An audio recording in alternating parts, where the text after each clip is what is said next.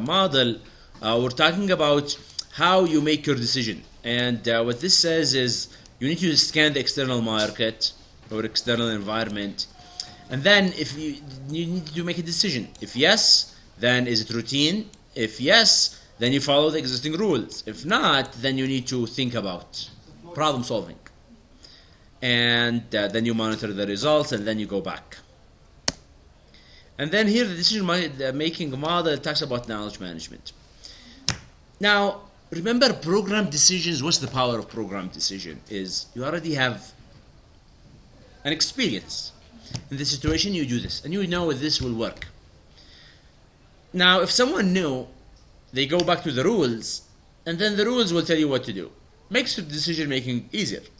That's why we have knowledge management, which is how can we take all of our previous experience and all of the decisions we have taken before, document them, so that today, tomorrow, and the day after, if we need to be able to make a decision, we have some reference.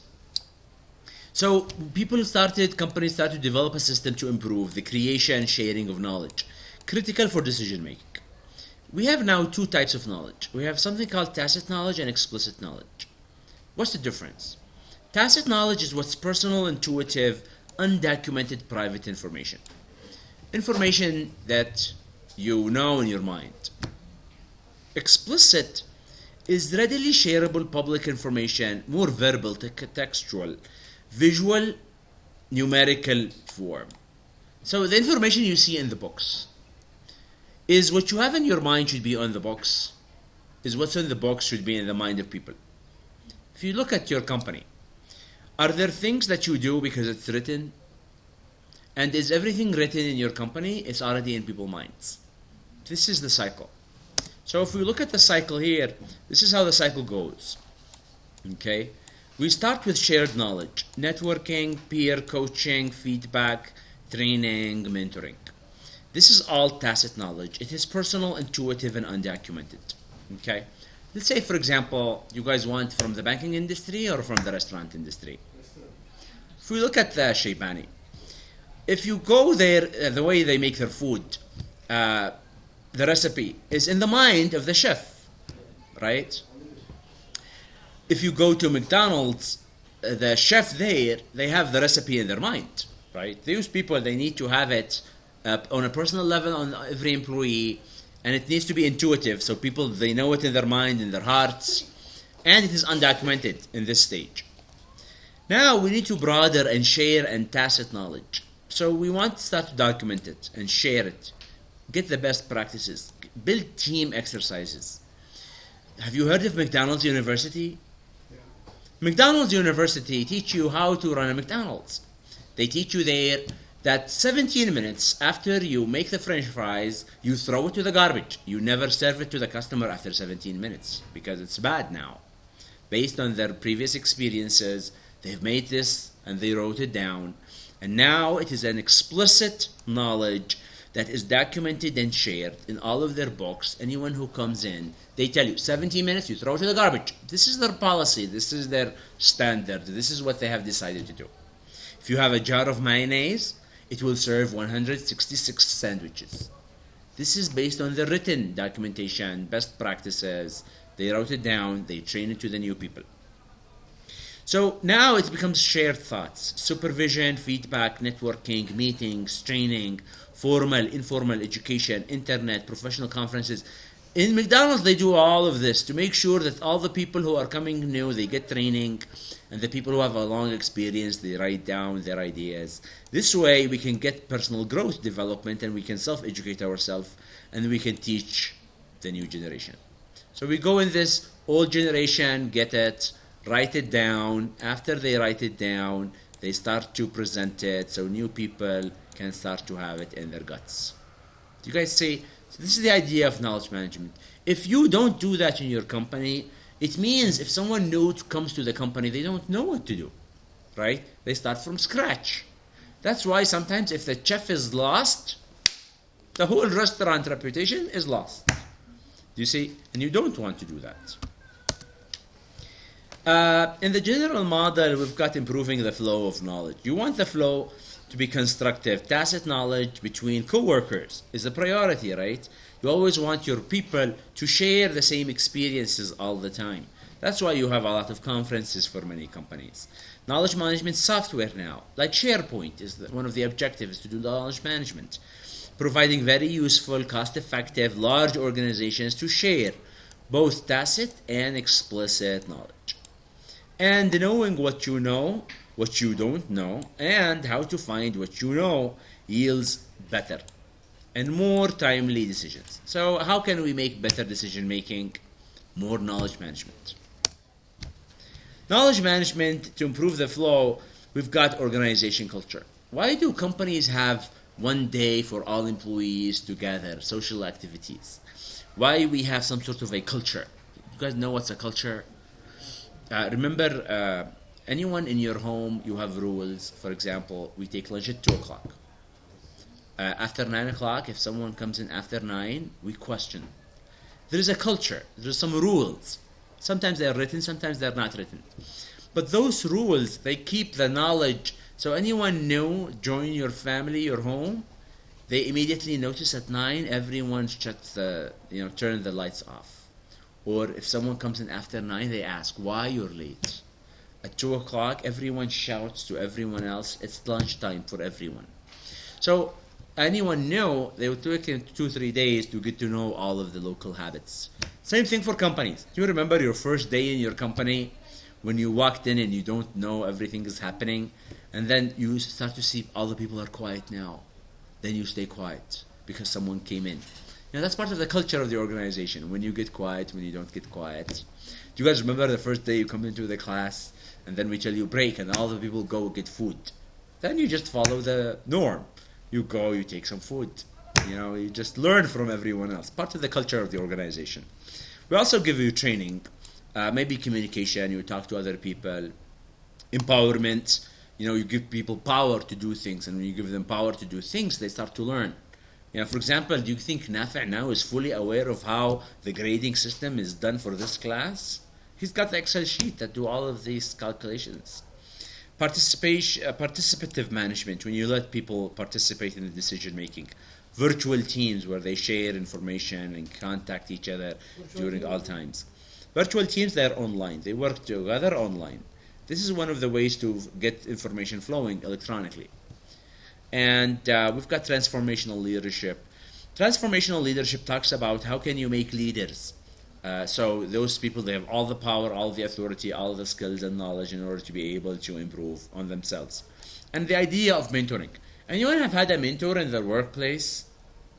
Okay, can you tell us about your mentor? I was a mentor myself. Oh, you mentor other people? Yes. What do you tell the mentees you have? Some new teachers I have. Next, we've got this group-aided decision-making. So is it better you make a decision by yourself or with a group? Let's see, there's a collaborative computing where you team up to make decisions via computer network. We've got these computer systems now, it also help. Programmed with groupware. So there are sometimes you've got this workflow process where group of people will make all the decisions but on a computer system. Group involvement in decisions. People, if they're in groups, they analyze problem, identify components of the situation, estimate component of the situation, designing alternative, choosing an alternative. So sometimes if you have a group, they can aid in decision making. Do you guys remember in your company there are some decisions that is by committees? You have to have lajnatal, where all of these people are required to get together and make the decision. So you don't want one person to take the decision. Group-aided decision-making, the problem of dispersed accountability. This is the problem with groups. Is groups better or sometimes individual is better? Groups, they have this idea, group-aided decisions. They've got this group does everything except make the decision. That's another type. So, because sometimes, remember, if the whole group take a decision, then who's responsible? No one. So sometimes they have this committee, they make a suggestion, and then someone will take the decision. Group decision making, the group actually makes the final decision collectively. So that's another where it's group decision making. So who made the decision? The entire group. And then the accountability is lost between all of the people then. Is loss of personal, individual accountability. And there's an individual accountability is required When do you have to have one decision maker, not group? When? There is accountability. Now it says, yes, when you have significant organizational impact, a decision has a legal ramifications, and it's a competitive reward is tied to the decision. So that's when you need to have one person. Do you guys get them? Legal ramification. Legal ramifications. So this decision may take us to the court. We may go to jail. So someone has to take the decision. So if someone goes to jail, it's someone. We can't send the group to a jail. We can't have decisions that may lead to jail by groups because it's lost. Do you see? And of course, if there is like a reward, then it has to be one. We can't have group of people get the reward. Here we have advantage and disadvantage between group-aided decisions and problem solving. Here, if you get a group, what's good and what's negative? Let's say the advantages of groups, group-aided. We have greater pool of knowledge. If you have a lot of people making a decision, more people will make a decision. Number two, different perspectives. Everyone has a perspective, so we learn from each other. Number three, greater comprehension. Remember, if we make a group, make a decision about, what fish supplier to buy from. Remember the fish supplier last class? The fish supplier, if we get 5 people, then all the 5 fully understand the situation and the advantages, disadvantages, so it's a learning experience. There's also increased acceptance.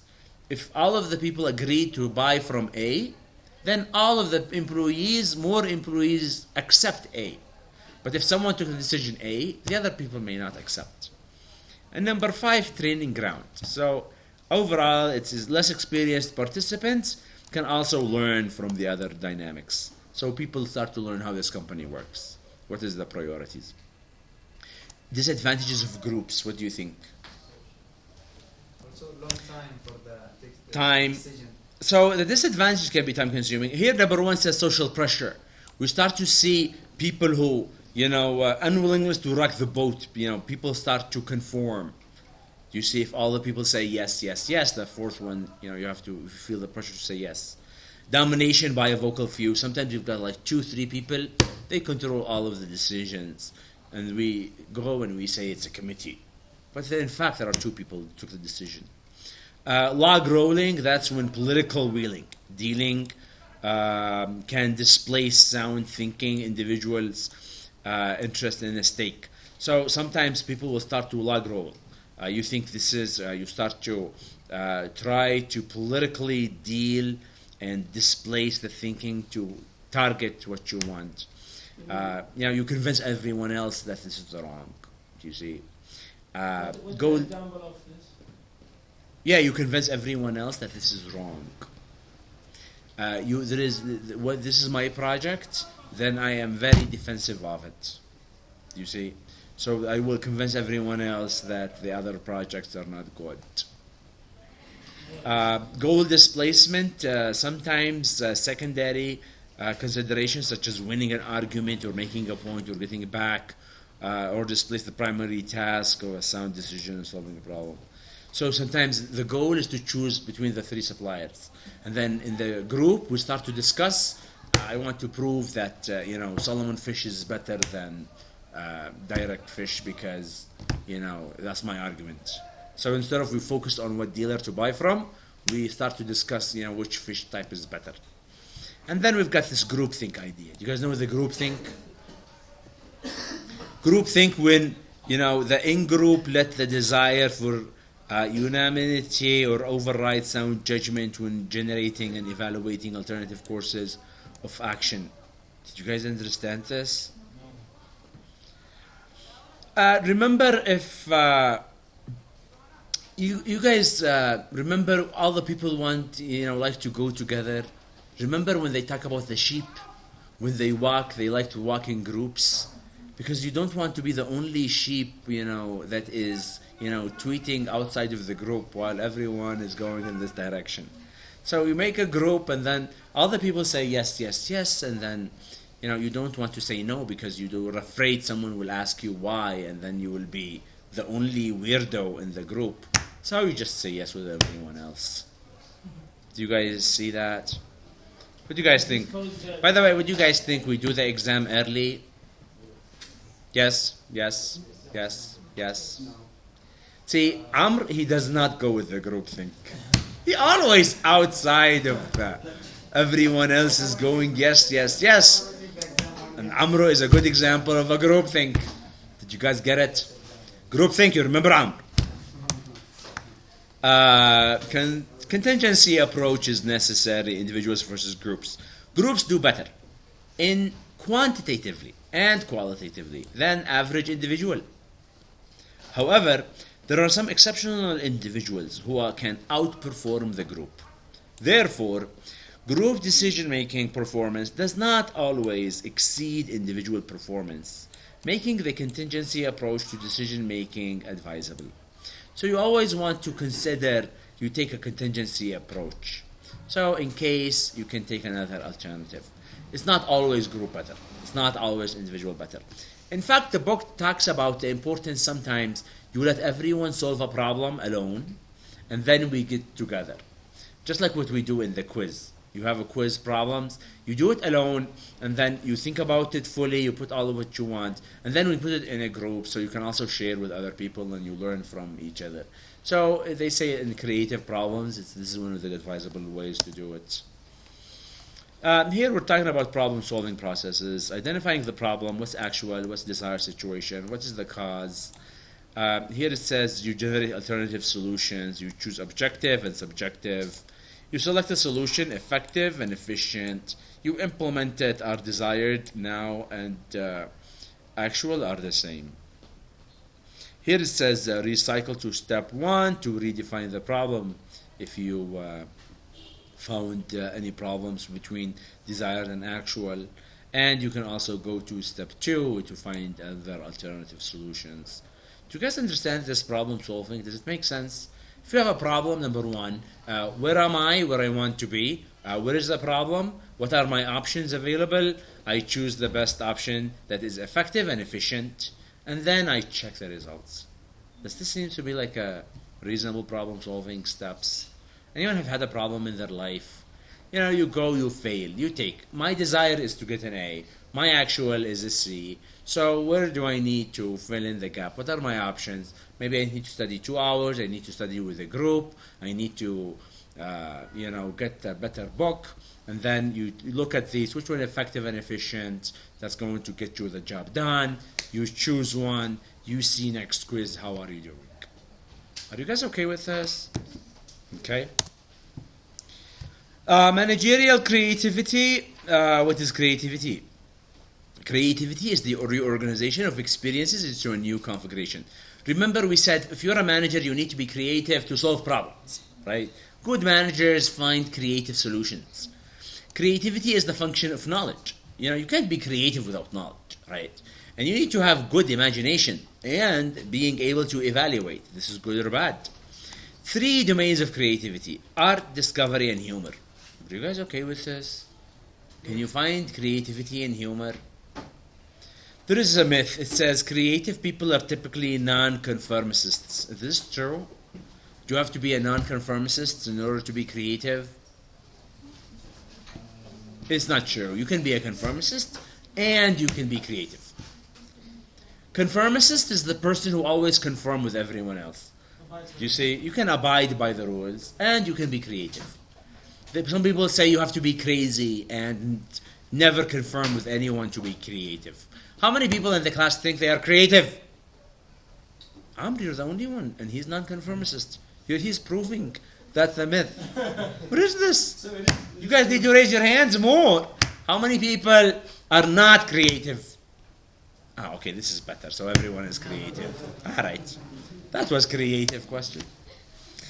Now let's see, how can we be how many people would like to be more creative? All right, great. What does humor have to do with creativity? Well, you have to have a good sense of humor, Muhammad. No sense of, no? It's the base of, the center of creativity. Yeah, it's a founding milestone in creativity, humor. All right. There are excellent graphic designers and a lot of people are creative, but they're not funny. Okay, you don't have to be funny to be creative, but if you're funny, you're... You can be sarcastic. Yeah, you can be sarcastic, maybe. All right. What are some of the mental locks? Let's say why some people are not creative. Okay. If this is these are locks. Do you guys know what we mean by a lock? So if you do any one of these, it will make you locked, and it will not allow you to be creative. Okay. So don't do these in order to be more creative. Okay, that's what it says in other words. If you always look for the right answer, that is going to be a mental lock. Don't always look for the right answer. How come I didn't do that? Yeah, you need to look for maybe not the right answers. Think Okay. out of the box. Yeah, think out of side of the box. Think of maybe, look at something wrong. How can this be right? That's the idea, to be creative. You want to be creative? You cannot think out of the triangle all the time. You can't always think out of the triangle. You cannot. Cannot? Well, if you want to be creative, if you always only focus inside the box or only on the right answers, then you will not be creative. You need to consider at least the other options. Do you see? Always trying to be logical. If you always try to be logical, then that's going to lock your creativity. Maybe once in a while not be logical. Okay? Strictly follow the rules. If you 100% on the rules, it will not allow you to be creative. Maybe one day you break the rule, learn what's gonna happen. Maybe you can't go into. Insisting on being practical. People who always think about, is this practical? It kills their creativity. Sometimes if you're not practical, you may come up with something creative. Avoiding ambiguity. If you always don't like anything ambiguous, then where are you going to see the creativity if you're always in a non-ambiguous world? Fearing and avoiding failure. If you're always careful from failing, you will lock your creativity. It's okay if you fail. You see, if you fail in this class, you take it again. That's not a big deal. Thank you. Forgetting how to play. How many people have already forgot how to play? Play what? Any play. Yes. You forgot how to play. That locks your creativity. Maybe once in a while, go play anything. Becoming too specialized. If you're so much specialized, then you need to try something different just to get exposure. Especially Not wanting to look foolish. Do you guys remember Steve Jobs in his speech in one of his top I don't know what, and then he said be foolish. In order to be creative, you have to be foolish. Okay? Now, if you're afraid and you don't want to look foolish, you're not going to be creative. Anyone would like to be foolish? Not today. Fah, you want to do it? Go ahead. He is going to be tomorrow. Tomorrow, Tomorrow is the that's day. going to help your creativity. How many people? How many people say I am not creative? Anyone have said I'm not creative before? If you say I'm not creative, that is the reason it locks your creativity. Never say that. Okay? Are you guys okay with this?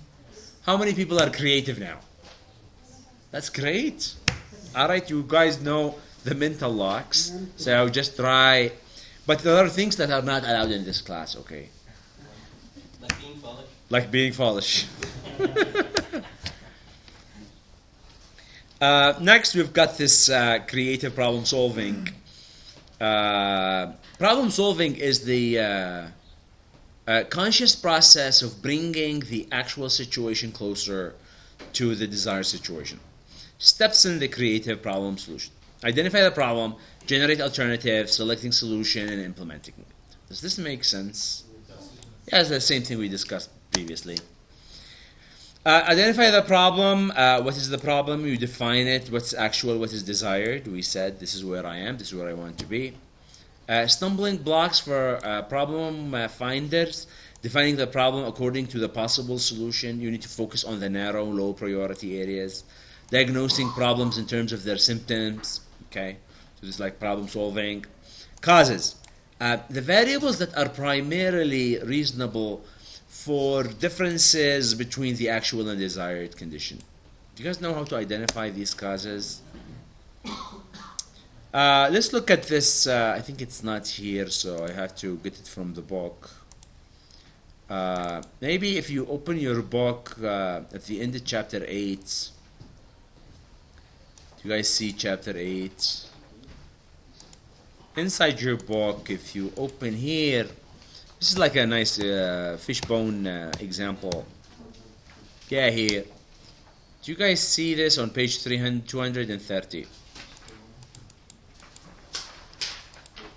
You know, you take the exam and you fail. Failing midterm exam. Now, if you fail a midterm exam, what is the reason? It says here you find the primary sources of problem. So maybe if you fail, maybe it's because of the exam, right? Maybe it's because of the material. Maybe the teacher or the student himself, okay, or herself. Now, if it's the exam, then maybe the ambiguous questions, maybe not enough time for the exam, maybe no grading curve. If it's the teacher, maybe the teacher talks too fast, or the standards are too high. And maybe the instructor get off the subject, and then time is wasted. Or maybe there is no review before the exam. If you look at the material, maybe too much. You guys got the idea? What do you guys think, last time you failed an exam, what was the source? I don't remember. You don't remember? I never fail. You never fail. Let's see, we will take today's quiz, and I think half of you will fail. And then, after you fail, what is your expectations will be the cause? Let's try. Let's try. We have to try first. All right, so we need to see the exam and then decide if it was the material too much or not, or the student got 20% of the classes off. Okay. So, but you guys got the idea of a fishbone. You got this is the problem. What are the main type of causes, and then each has a sub causes. It looks. Does this look like a fish? Yeah, this is what we call the fishbone. Huh? Looks like. Okay. Let's see. So let's continue here. Okay. So in creative problem solving, you want to pinpoint causes with the fishbone diagram. TQM process improvement tools that can show possible problem causes, their interactive relationships. There are some TQM processes. TQM is total quality management. Total quality management, they have this. They look at the process, and then they have what is the average time it take, and then if this average time go up or down, in which step can give you an indicator of where the problem can come from. So the idea is here, how can we make sure our quality is good? Let's say if we do quality program in a restaurant, we ask customers, is the food on time? Is the is the food cooked well? And then based on these survey questions, in quality checks can help you identify the problem source. You need to generate alternative solutions, maybe brainstorming. Do you guys know what's brainstorming? Okay. Anyone have done brainstorming before? Anyone have never done a brainstorming session before? Yeah, brainstorming when you start to think what are some of all of the possible reasons. Free association. Free association is, let's say you have a problem inside, some customer came with, they have poisoned food in the restaurant. Then you brainstorm, what are all the possibilities? Free associations. Start to see associations. When did you come? Who was there? And then you see everything that is linked to the problem. Do you see? Finding links. Yeah. The Edisonian method. You try. Maybe it's this, maybe it's this, maybe it's this, maybe it's this. Like Edison. Attribute listing. You put all of the attributes, all of the possible reasons, and then you go through. The scientific method. You guys know what's the scientific method? You make a hypothesis and you go check. Maybe it's because of the chicken. You take the chicken, you test it. It's the poison source. Yes, no, no. Next. You see? The creative leap. You go creative. Okay. Attribute listing is what exactly? Who? Attribute listing. Attribute listing, you put all of the attributes. For example, you got poison. Was it in the blood? Okay, so it's probably a bacteria. Then the bacteria normally comes from this type of food. So probably this food can contain this bacteria, and then So it's different from free association? free association, it's free. It can be like any association. While attributes, you look into the physical attributes. It is more of, what is the physical characteristics, or what are the exact, items. While free association can be any direction. Can be people, content, can be anything else. It's more, maybe more general. Next, we've got this selecting a solution. Okay, let's see.